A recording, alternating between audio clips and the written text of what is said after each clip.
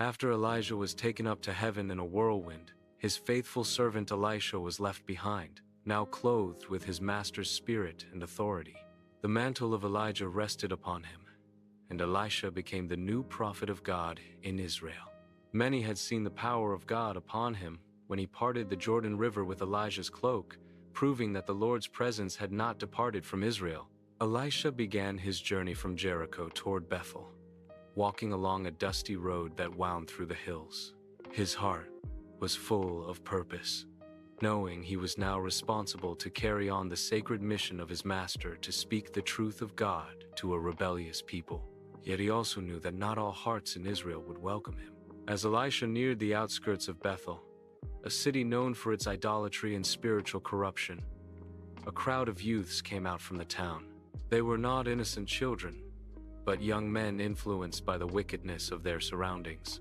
The people of Bethel had long rejected God's prophets, and these youths carried that same spirit of mockery and rebellion. Seeing Elisha, they began to shout scornful words toward him. "Go up, you bald head! Go up, you bald head!" they cried, mocking the prophet's appearance and the miracle of Elijah's ascension. Their taunts were not merely about Elisha's hair. They were a blasphemous challenge against the power of God and his prophet, sneering at the idea that Elisha could follow in Elijah's steps. Elisha stopped in his tracks and turned to face them. The words cut deep, not because of personal insult, but because they revealed the hardness of Israel's heart. These mockers represented a generation that had turned from God, despising the sacred and laughing at holiness. The prophet's heart was heavy, knowing that mockery of God always leads to judgment. With solemn authority, Elisha looked upon them and called upon the name of the Lord to deal with their disrespect. He did not act out of anger or vengeance, but as a prophet enforcing divine justice. The words of his curse were not his own. They were a call for God to defend his name and remind the people that his prophets were not to be mocked. Suddenly, the stillness of the mountains was broken by a rustling sound from the nearby woods.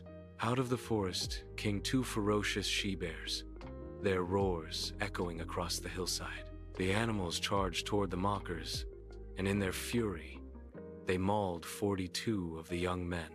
The sight was terrifying, a swift, divine response that left no doubt about God's power and holiness. The survivors fled back to Bethel, their cries filling the city with fear. Word spread quickly of what had happened on the road, and the people trembled. They realized that God's prophet carried real authority, that Elisha was not to be scorned, and that mocking the things of God could bring deadly consequences. Elisha continued on his way, leaving behind the echoes of judgment.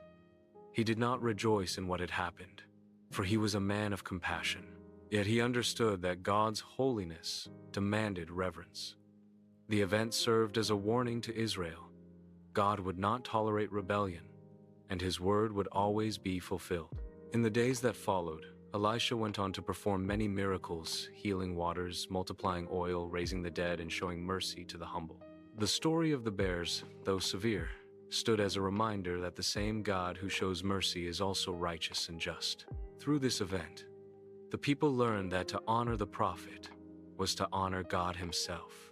Elisha's life continued as a powerful testimony of divine authority, a balance of mercy and judgment. And though the cries of the mockers faded into history, the lesson endured for generations. Those who despise God's truth invite his correction, but those who honor him will find his blessing.